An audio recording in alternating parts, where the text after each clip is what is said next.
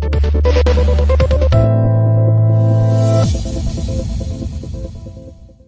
y'all, welcome to Parent Empowerment with Mandy Drogin. I'm Mandy. I'm just a mom sitting down having real conversations with real Texas parents about what's going on in our schools. Today, we are joined by Vance Ginn. Vance is a father of 3. He is a PhD in economics, and he is the founder of Ginn Economic Consulting. Vance, thanks for joining us. It's a pleasure to be with you today, Mandy. So I'm excited to have you here because I just witnessed an exchange between you and Representative Brian Harrison in the House Public Education Committee hearing, where what you did what I like to call saying the quiet parts out loud. And with your background, I kind of see you're the Thomas Sowell of Texas, if you will. You really are willing to kind of talk about what is truly going on as it relates to the finances of our public school system. So I'm just going to start off by asking you, is public education underfunded? No.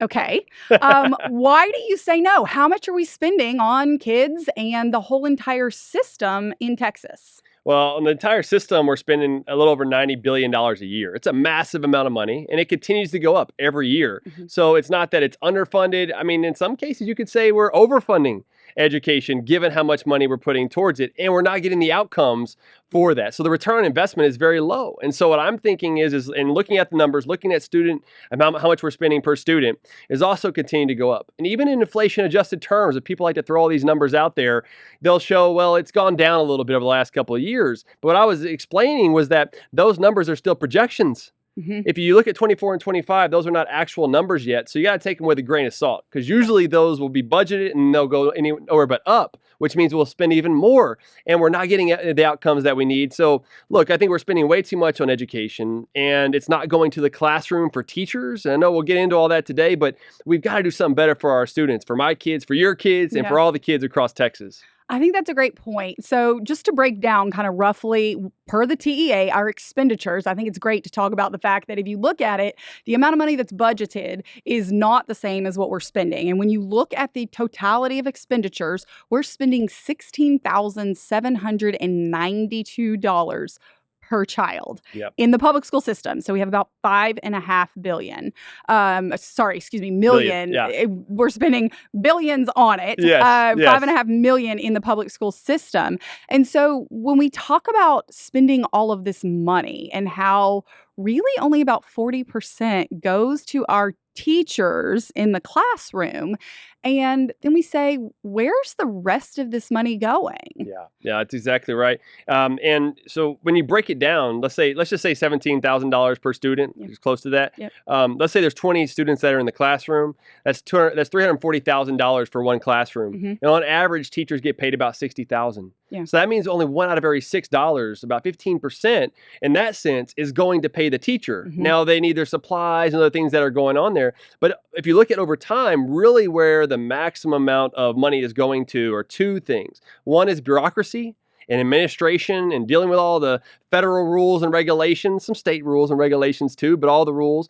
And then capital outlays. All these Taj Mahal buildings and sports stadium. We love our sports. I love my football too, and everything. But do we really need to be spending that kind of money when we're not getting the education outcomes?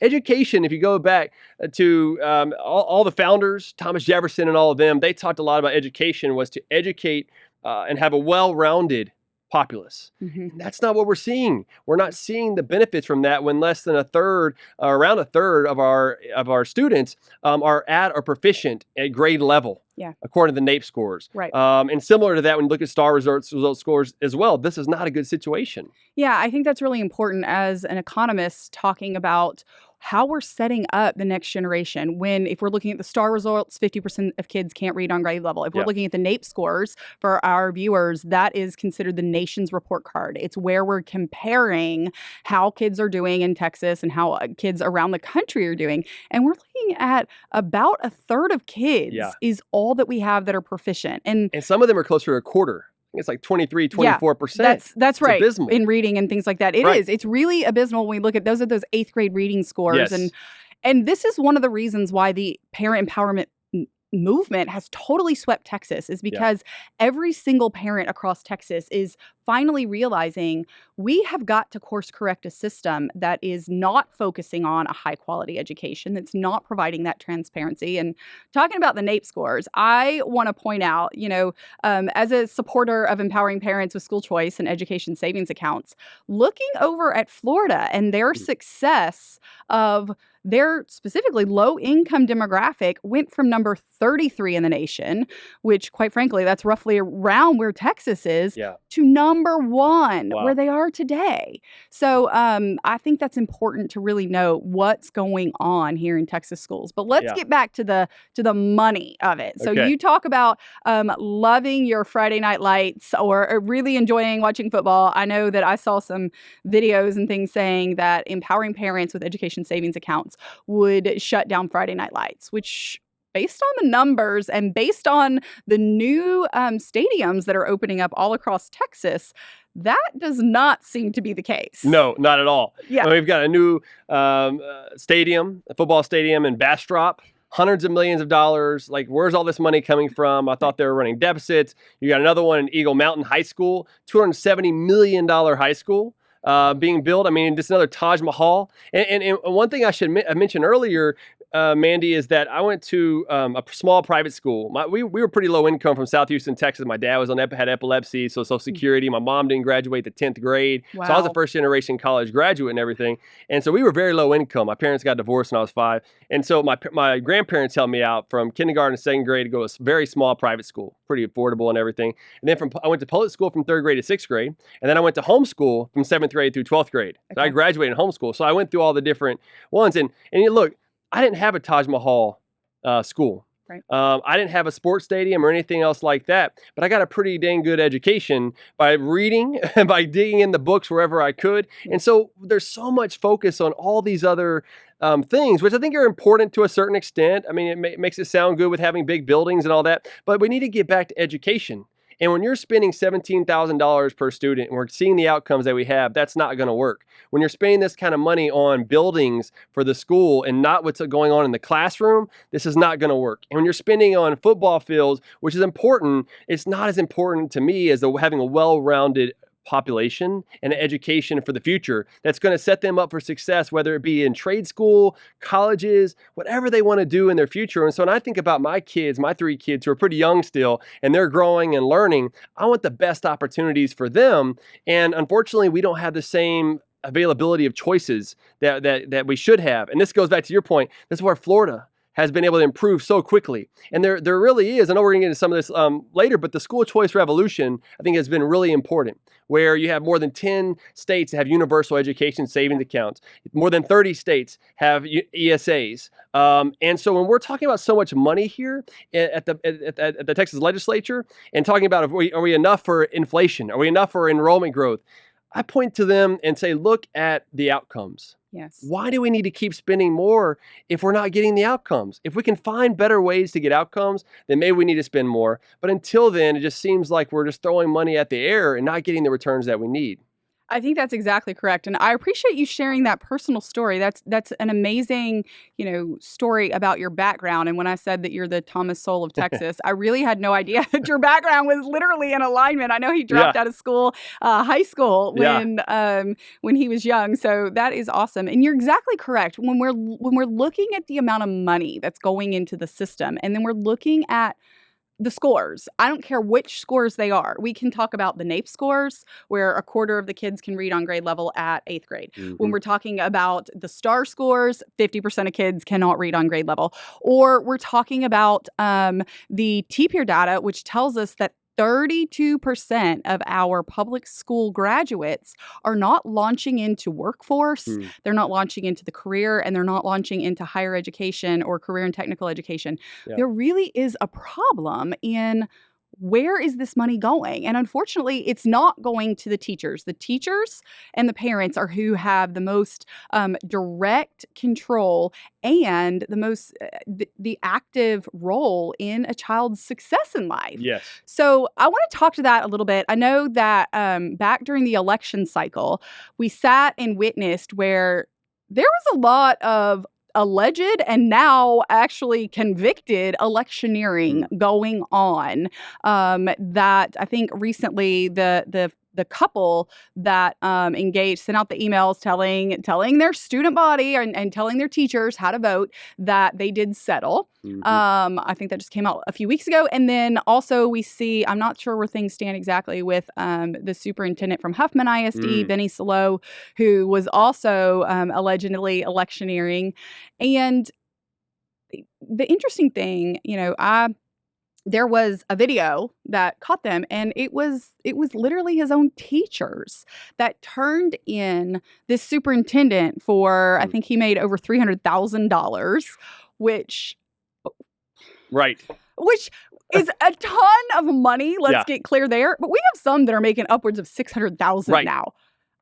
This administrative bloat, and I know when his teacher said, so is this your way of telling us we're not going to get teacher pay raises, right? Because they turned it down. They turned down $7 billion for the whole public school system, which included $4,000 for teachers. And I just sat there and thought, oh man, they know you did not take any hit on your 300,000 plus salary that you're over there. And it's crazy too, because of how much more that is than the governor, what he makes, right?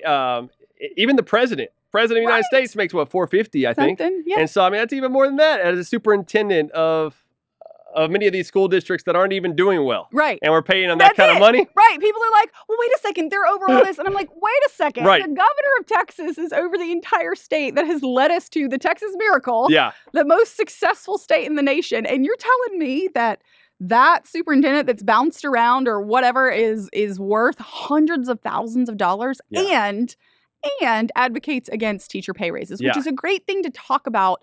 The parent empowerment movement is about empowering parents with high quality education, transparency, respect, and choice. But it also is about really truly empowering teachers. So in that exchange at the committee hearing, you talk a little bit about how teachers that right now, contrary to what they're told, that they have collective bargaining and things like that. Talk to us a little bit about how empowering parents with education savings accounts also empowers teachers, maybe even those that were turning in their superintendent for allegedly engaging in electioneering against them, how they too can benefit from parents having more choices. Yeah, definitely. I mean, when you think about it, so Texas, apparently we're a right to work state. So we don't have a force of unions, but we have teacher unions. There's AFT, there's this misnomer that we don't have unions. There are unions and and they say it explicitly on their website. And they come in, they say, we're going to do all this collective bargaining and everything else. And you also got to remember that, and you know this, Mandy, but the state has teacher pay schedules of how much you're going to get and how much you could potentially get. The local schools, districts can also have a little bit of leeway too in how much they pay their teachers, but a lot of it's driven by what's happening at the state level. And the schedules, right? And so there's very little negotiating power. Just to get wonky just for a second, I'm an economist, right? So, but to get wonky, it's called a monopsony. So there's a monopoly when there's one supplier, which is what a government school system is a monopoly because they're the dominant provider of education. Well, in the teaching services market, there's one consumer of the teaching services being the public schools. And so when there's one consumer, that's called a monopsony. And so that leaves the supplier, being the teachers in this case, with very little negotiating power. They're up to whatever the schools tell them how much they're going to get paid because there's very little competition for where else they can go. They can go to private schools, they can start their own co-op or something, but that's not to the same level of opportunities as a number of jobs as there are the public schools. So they're very limited to what they can do. So when I did some research a few years ago, actually back when I was at the Texas Public Policy Foundation, where I worked for about a decade, I did a research with John Merrifield, where we looked at what would happen with universal ESAs in Texas and looked at the changes and how much money would come through into the system and how teachers could have negotiating power to go out in the marketplace, and they would see on average $14,000 more in their pay. So if you take that $60,000, that's $74,000. But some of them could see up to double that, $28,000, if not even more. And I think that quality teachers should be paid a lot more than they are today. They bring so much value, not only to the students' lives, but the future of our state, the future of our country, that I think it really pays dividends over time. But we need to have it into a competitive system, not the monopoly system that we have today. If you look at some of the other, there's a good book talks about education in other countries and everything. I can't think of it right now, but it talks about Finland and South Korea, and they get paid like $100,000-$200,000 a year as teachers. Yes. That's what I think we should be paid here, but you can't do that within a monopoly government school system like we have in Texas. That's right. And when you don't allow incentive-based pay, right? We have the incentive allotment, and there's a lot of districts that refuse to participate. The unions, the associations are constantly up at the Capitol lobbying against incentive-based pay. They want that schedule. They want you locked in. And then something that is really disheartening is if you're a great teacher and you want to make more money, then you're shuffled or herded into the path of administration. And we've seen this explosion. And I know you've talked about this a lot in administrative pay. So we were talking about the fact that so many of these superintendents are making twice and 3 times what the governor of Texas is making. It's mind-blowing. But it is. Let's talk a little bit about that explosion in the admin costs and why we're forcing teachers into a path, great ones, out of our classrooms. Yep. I mean, you look at enrollment growth over time, last 20 or 30 years, teachers increase at about the same level as student enrollment, but the administration has just ballooned, blown up, if you will. It's more of and so as you see that huge increase, that's where a lot of the money is going. Instead of going to the classroom for teachers, it's exponentially gone to the bureaucrats. And this is unfortunate. I mean, that means a lot of just paper pushing. Some of it goes to the testing and other things that are going on. A lot of the rules from the federal government, which I'm for ending the Department of Education. There should be no role for the federal government to be involved with education. It should be the state and the people. But a lot of those things are pushing more of that administrative cost on to taxpayers. And at the end of the day, remember, schools don't have money, governments don't have money. It all comes from the taxpayer. Nothing is free. Another one of my favorite economists, Milton Friedman, always said.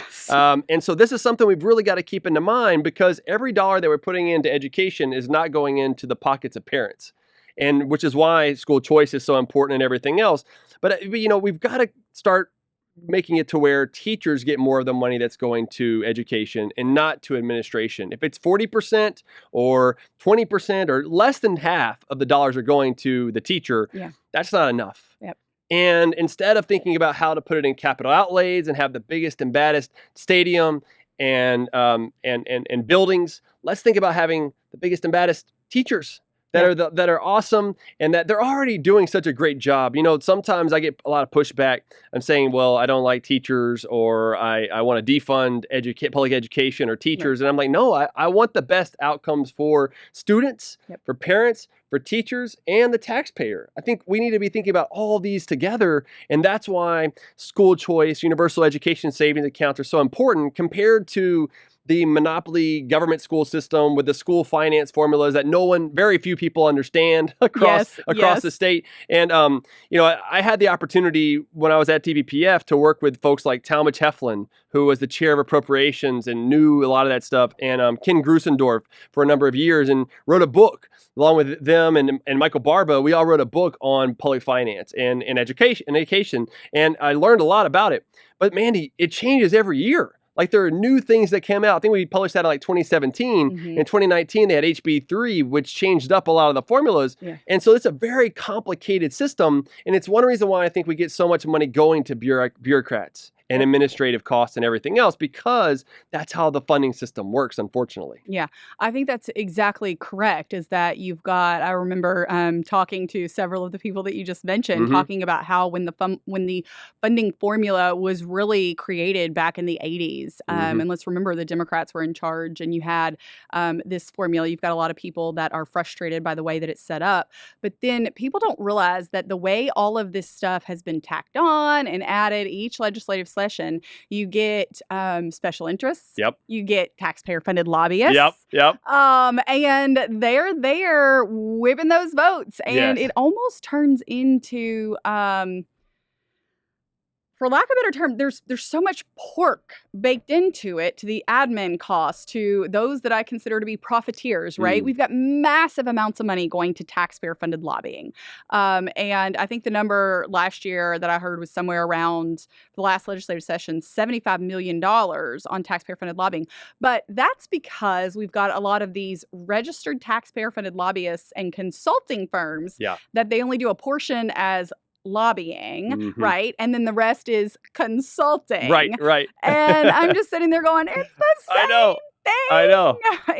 And we should note that we don't take any taxpayer funded. No. I'm a Ginn Economic Consulting, TPF. Right. None of this is taxpayer funded. None of this is taxpayer you know what funded. I mean? That's right. But you're right. When you go to some of these hearings, like even the hearing that I was at, this public education hearing, a lot of these are taxpayer-funded lobbyists that are there. That's correct. There's very few of those who are individuals or parents that are saying their take. So you get so many people who are connected to the current system that are benefiting, profiting off of this current system, that there's very little interest or incentive for us to break it up and do something different. And I think that's why it's so important for this parent empowerment movement that you've been a great part of and that we're continuing to work for, is starting to make good headway. Yeah. Because we're starting to shake up all this stuff that's going on and starting to see through all their lies that they've been making for so long. I mean, there's so much just BS that they put out there about what's going on with education funding going down. Right. And it's not going up year after year. But if you look at the data, it's clearly going up year after year. It's a record amount that we're spending right now. And the increase from 2021-22, because we have a biennial budget, 2-year budget cycle, the 22-23 to 24-25 in appropriations was a 33% increase in state funds. Say that again? 33% increase in state funds from 22-23 to 24-25. The taxpayer it's a massive funds. Yes, taxpayer funds. Out of taxpayer pockets. Out of their pockets to the budget. Yep. To go to this, to go to it without the outcomes or anything else. And it's because, to your point, of the taxpayer-funded lobbying has so much play in this. And my friend, and I've known for a long time, James Quintero, TPPF, you know, he's been pushing this hard for a long time. And he was ahead of the curve for a number of years. And this is exactly what's going on. And for a long time, I was like, man, James, you're just full of it. That's not really going to stop much. But I think it really does have a huge play in what's going on in education, also in healthcare and other things too. Yes. Transportation. Transportation. Yes. But I mean, you know, why would we be giving our taxpayer money to an entity that's then going to lobby against the taxpayer, against me? And to raise our taxes. And to raise our taxes. Right. And it's just nonsense that we've got to do something about. We've got to ban taxpayer-funded lobbying. They keep getting closer and closer. But now is the time. There's been a lot of primary shakeup in the Republican Party this year. This is, I hope, a great opportunity to move things in the right direction going into next session. All fantastic points. And I think you're exactly correct. James Quintero has been talking about this and really shining a light on what is going on. And it goes back to, I remember after the fourth special session, when 21 Republican legislators block voted with Democrats that have really cushy relationships with those taxpayer-funded lobbyists, those associations. And I went and sat down. I said, how do you turn down an additional $7 billion, $4,000 for teachers? And to give parents, and at that point, as you know, the appropriation was fairly small in relative terms to how many parents were going to be able to access education savings accounts. I think it's like $500 million or something at that time, right? It's $500 million. But when you look at the total education spending and how many parents could have utilized a $10,500 education savings account, it was less than 1%. And so I remember sitting there watching Trey Martinez Fisher and the others from the Democrats going, no amount of money. Thinking, oh, come on, y'all. They meant it. Yes. And I went and sat down with James and I said, what's going on? And he said, taxpayer-funded lobbying, Mandy. And I was like, ding, ding, ding. And then you start connecting all these dots and seeing, and then you saw in the elections where you've got, I remember seeing one principal filming from her office in Representative Glenn Rogers' district. And then she was called out online and she took it down and then reposted again a few hours later because she was doing it all in her principal office on public school hours. And I thought, oh This is exact. I mean, it's all just, Terrible. which brings me to what Chairman James Frank recently said, Yep. which was that it's all a money laundering scheme. Taxpayer funded lobbying is a money laundering scheme where we are collecting tax dollars and paying these groups that purport to advocate for taxpayers when the reality seems to be quite a bit different. Yeah. No, I think that's exactly right, and I like the way that James Frank put that. He usually puts things well, Right. and he did here again. He I mean, did. that puts it out there in the Right. open. It's a money laundering scheme, which is illegal Right. in the private sector. Right. Why is it okay to do in the public sector? I think It that shouldn't is be any different. It should not. And it's actually hurting us even more because it affects all of our taxes in the process. It's just, it needs to be done away with. It does. It absolutely needs to be done away with. And it is part of this. When we talk about the taxes, Yeah. and you have highlighted how much we have increased public education spending, and quite frankly, how little of it is actually making its way to our teachers. Yeah. We look at the taxpayer. It's the taxpayer dollars. And I see if there's any taxes that I'm okay with, it's funding education for the next generation of Texas when we're doing it effectively and efficiently, right? And military, and making sure that our servicemen and women are taken care of, and things like that that really do advance the freedoms that we enjoy here in America. And a well-educated population would obviously be one of those things. But when we dig down into those numbers that you talk about, we talked a little bit about the bonds that are being passed. So can you talk to our listeners about how much we are spending on bonds and raising your property taxes, and how that's all really affecting the everyday taxpayer? Yeah, definitely. So for school bonds right now, we have $120 billion with a B, $120 billion across the state. Just a massive amount. And of course, in property tax terms, there's M&O, maintenance and operation, and there's INS with the interest and sinking, and that's the INS portion is $120 billion, which is all funded by taxpayers, meaning that our taxes on our property tax, when I go look at my bill and property taxes, a part of that is going to this $120 billion. Now, it's more localized depending on which area you're in, so you could be paying more of that than others. For $200 million football stadium, right, exactly. Yeah, exactly, and it's a massive.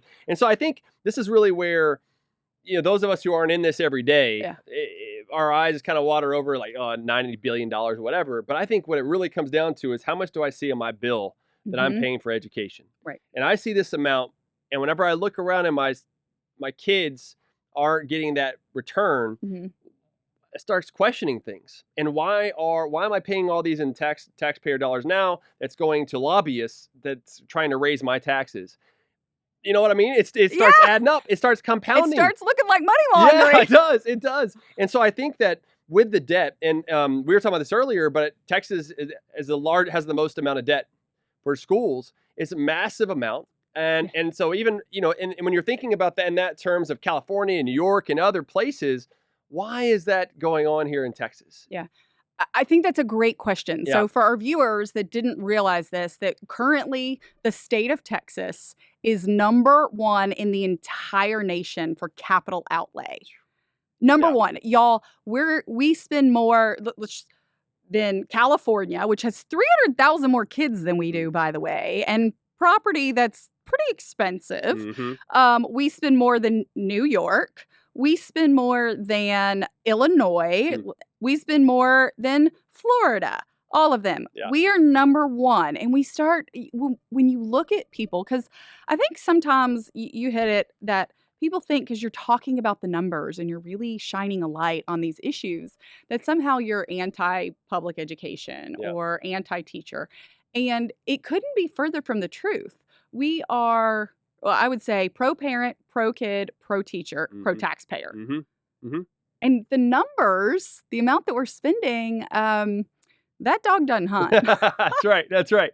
Yeah, it crowds out everything that they want to do. Right. Because whenever you have a monopoly government school system like we have today, the parents can't make the choices, so we're we're not preserving their liberty for what they want to do with their kids' education. Then you look at the students. We're not getting the best outcomes for the students to get the best education for whatever they want to do in their future. So I would think we're not preserving their liberty. When you think about teachers, we talked about the monopsony situation with the school system, public school system today.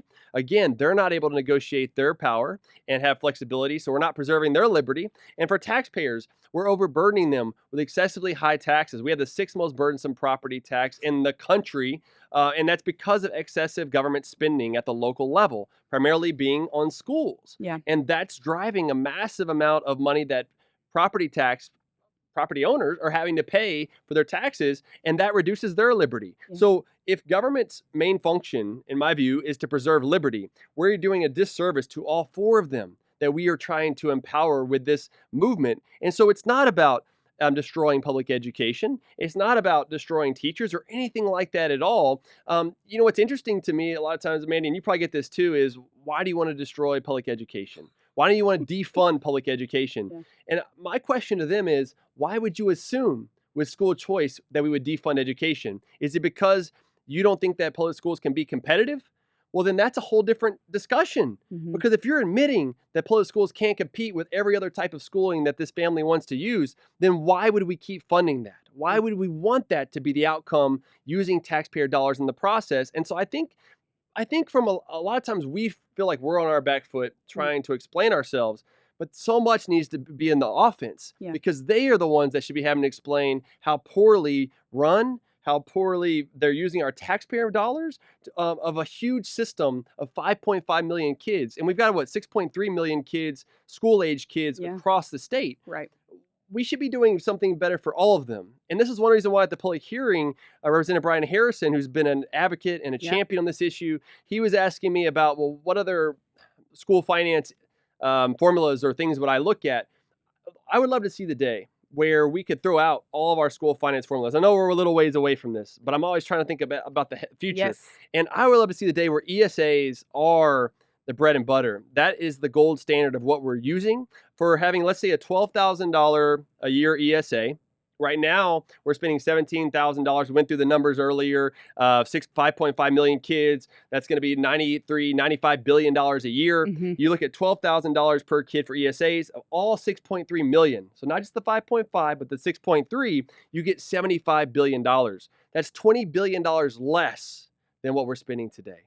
We could find other ways to spend it if you want. I would like to cut taxes, cut property taxes and stuff like that. But we would have a revolutionary form of school finance that follows the student and not funding the systems. And in such a way, we have competition that helps out parents, students, teachers, and taxpayers. I love it. That's exactly, that's right. That's what we're trying to do with the entire parent empowerment movement. And that's why, quite frankly, that it's not just parents that have latched arms with those of us that have been in this battle for years and years and years. It's taxpayers, it's teachers, it's grandparents, it's everyone that realizes something is not right. Something is not right with the way that we're spending money. Something is not right with the educational outcomes. And we've got to do something different and better. So I want to go back to when we're talking about spending this money, because we've talked a little bit about how money is really being siphoned out of the classroom. But something that I'm constantly seeing and hearing is we have deficit spending. We can't afford this. Can we talk a little bit about fund balances and what those are? Can you tell everyone what it is and what we're seeing across a lot of these massive districts that are crying poverty? Yeah, it's mind-numbing. And it's mind-blowing, really. And like you mentioned earlier, they're still seeing larger increases in how much, why do they claim they get a deficit? Some of them were budgeting in that $7 billion that you mentioned earlier out of the budget. They were budgeting that in, and when that didn't go through, they were left in quote-unquote a deficit. But why were they budgeting on that if it was never going to go through? And many of the people that they were supporting, particularly from the left, voted against that. So they made this situation themselves. And so on top of that, right. Like literally from they were having a discussion from the front and back mic they were saying it was, do you understand that by not empowering parents with an education savings account, you are also declining $7 billion.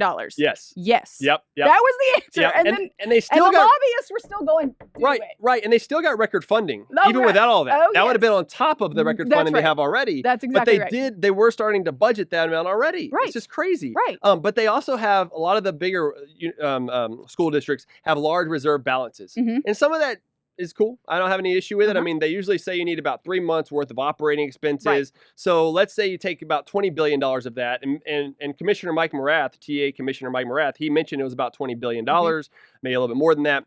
But let's say it's half of that, $10 billion. Where's the other $10 billion going? And how can they claim that they are running deficits when they have these huge reserve fund balances? And I think it's going back to what you were saying earlier, is that some people are paying them off to not use it. That there is some of this going on. Probably some fees going to some financial advisors that are saying, I'm right. not an economist, but I do believe when you follow the money, it will tell a story, which is also why they want to hide where the money's going. Yeah. They constantly are trying to play hide the banana. I joke with my team. I'm like, it's another hide the banana. Houston ISD, we're in this right now with them.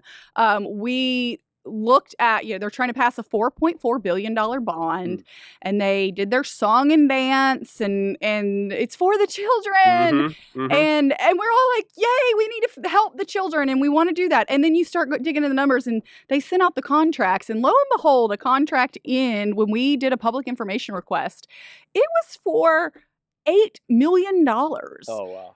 And so and then you see like a line item, which it goes to an architecture firm, which is always on the TASB and TASA, the association and union sponsorships, right? Building all these Taj Mahal of schools. Yep. And we go back and ask them, we were like, hey, can we see this contract?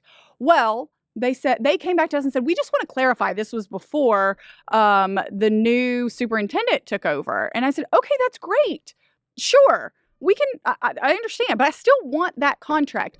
Oh no, we're going to appeal to the Attorney General's office. We don't want to show you any of these contracts. True story. They still will not show us these contracts. It's a constant game of hide the banana. Yes. Why are we not able to see the money? Yeah. Transparency. Yep. Show taxpayers the money. And yet they want to claim that they're running deficits. Right. And that they're being underfunded. Right. And everything else when you have all of this nonsense that's going on with our taxpayer dollars, by the way. Yeah.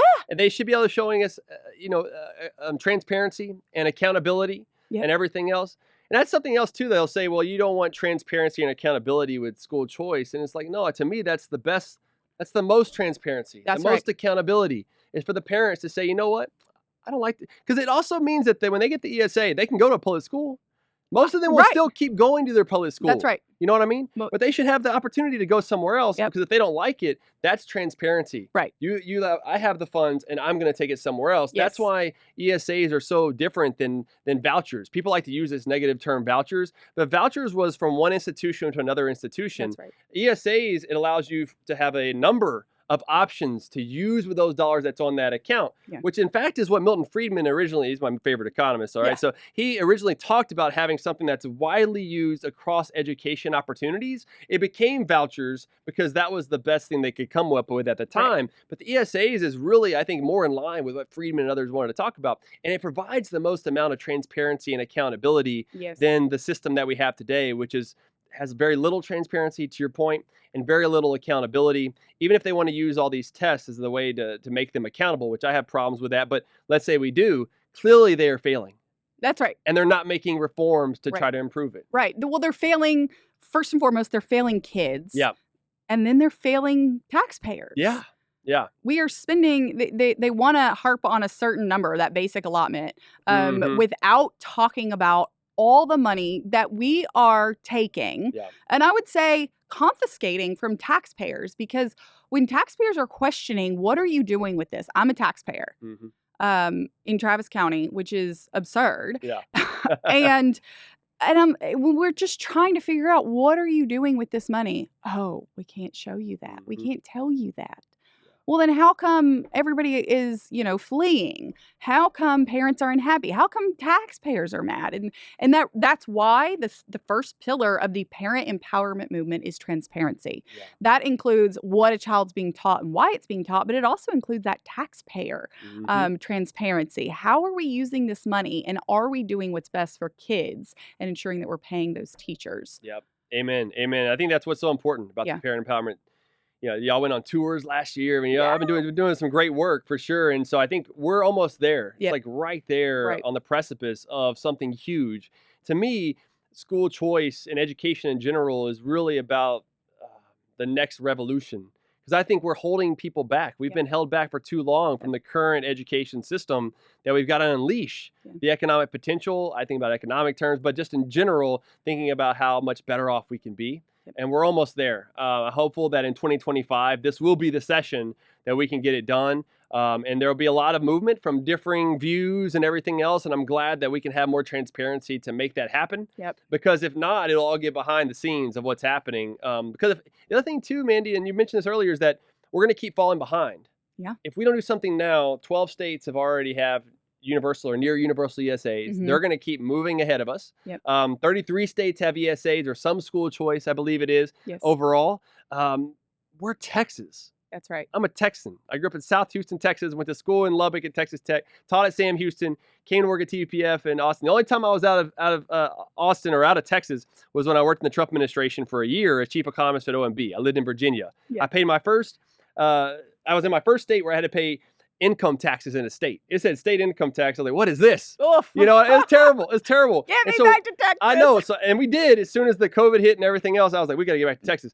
I want Texas to be the best place to live, to raise a family, to do business. And it is a lot of that in so many ways. But I'm here to say there's more that we could do. Yes. We're on the precipice of it. Let's make sure that we get there this next session, because if not, it would be a huge wasted opportunity. And I think it's going to happen because there's so many good people like you, others, new members that are coming in that are going to make it happen. Yeah. I think you're exactly correct. I think that parents, taxpayers across this great state have locked arms, and they see the benefits.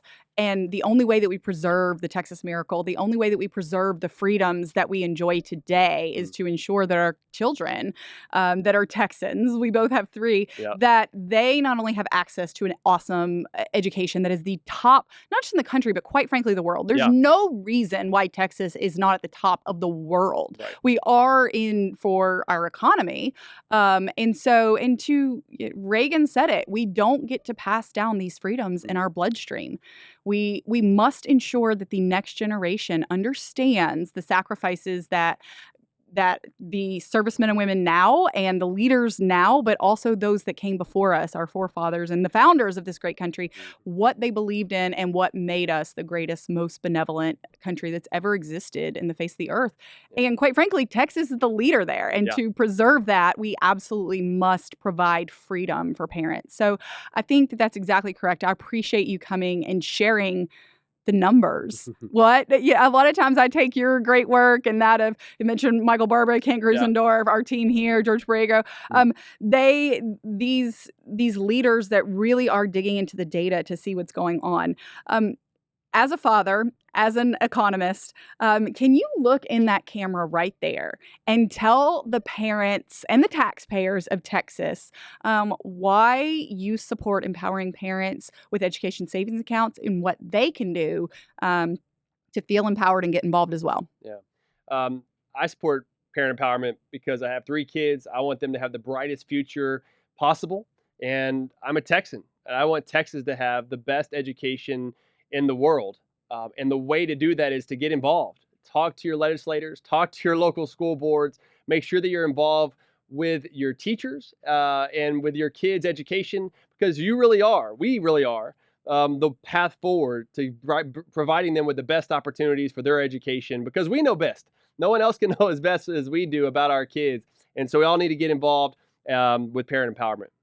Thank you, Vance. Well, I appreciate you being here. I appreciate you going before the legislature and sharing your knowledge, your expertise. Thank you for fighting for parents. Thank you for joining us on Parent Empowerment with Mandy Drogin. And now you have the power. you.